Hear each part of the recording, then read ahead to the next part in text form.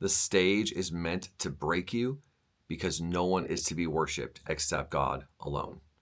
A good friend of mine named Laura Park said that to me years ago. The stage is meant to break you because no one is to be worshiped except God alone. And in my years of leading worship, I have found that to be so, so true. I get asked by worship leaders all the time, hey, I have a drummer, electric guitar player, singer, whatever. And they're just so prideful and they just want the stage. They want all the attention on themselves. And honestly, one of the main things that I do, there are some pastoral things you can do to address that. But one of the main things that I do is say this, hey, keep that person on your team and get them into the rigors of leading worship 48 to 50 weekends a year, and then come talk to me and see how they do. The stage has an incredible way of rooting out pride within the human heart.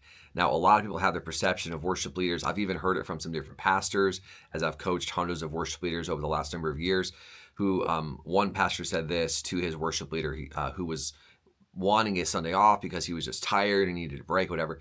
And their pastor told him, he said, I have given you the second most prominent position in my church. You are on the stage more than me, or just as much as me. He said, no, you're not getting a break. You have the honor of being on the platform.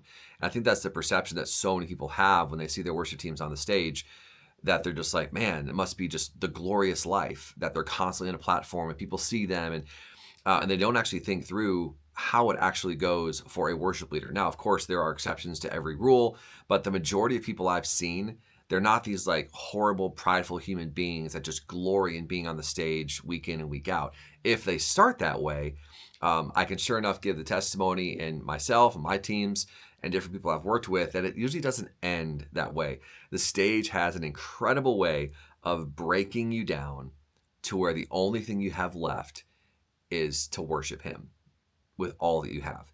And I'm often, I think of the story of Mary of Bethany. You know, she had this flask of perfume that she broke, as we all know the story, you know, at the feet of Jesus. And that was her costly act of worship, right?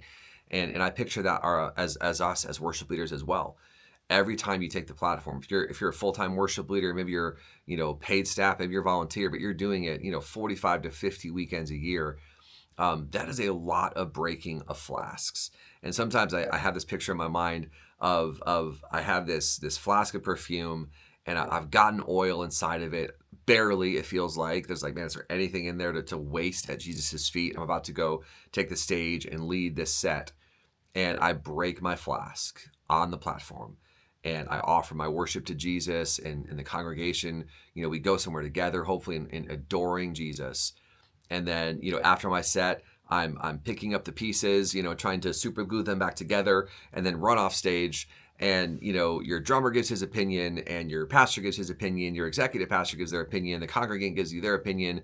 And you're like, man, all I was doing was trying to break my flask of worship at the feet of Jesus, which there was barely anything in there to begin with, and worship him. I mostly felt so poor in spirit, to quote Matthew chapter 5, verse 3, but I gave it my all.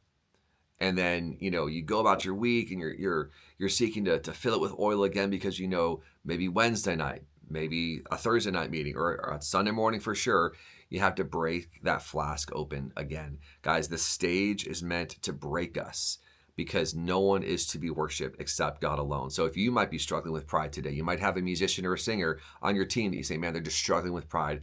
I want to encourage you. The Lord is really, really good at rooting pride out of us. And he knows the best way. He knows the fastest way. And it might be a great pastoral thing that he gives you to talk to your singer about or talk to your musician about. But so often I find that it begins to just root itself out as they experience the rigors of leading worship. The stage is meant to break you because no one is to be worshiped except God alone.